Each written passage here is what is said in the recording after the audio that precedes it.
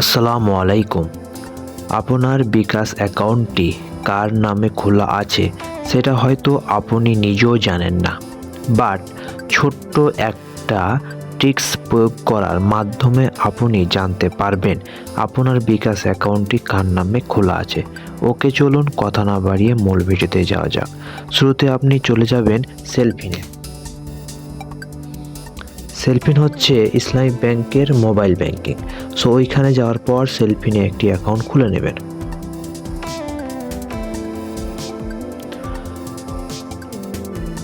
আমি জাস্ট সেলফিন অ্যাকাউন্টটি ক্রিয়েট এই পুরো প্রসেসটা দেখাচ্ছি না, এটা অনেক সময় সাপেক্ষ ব্যাপার।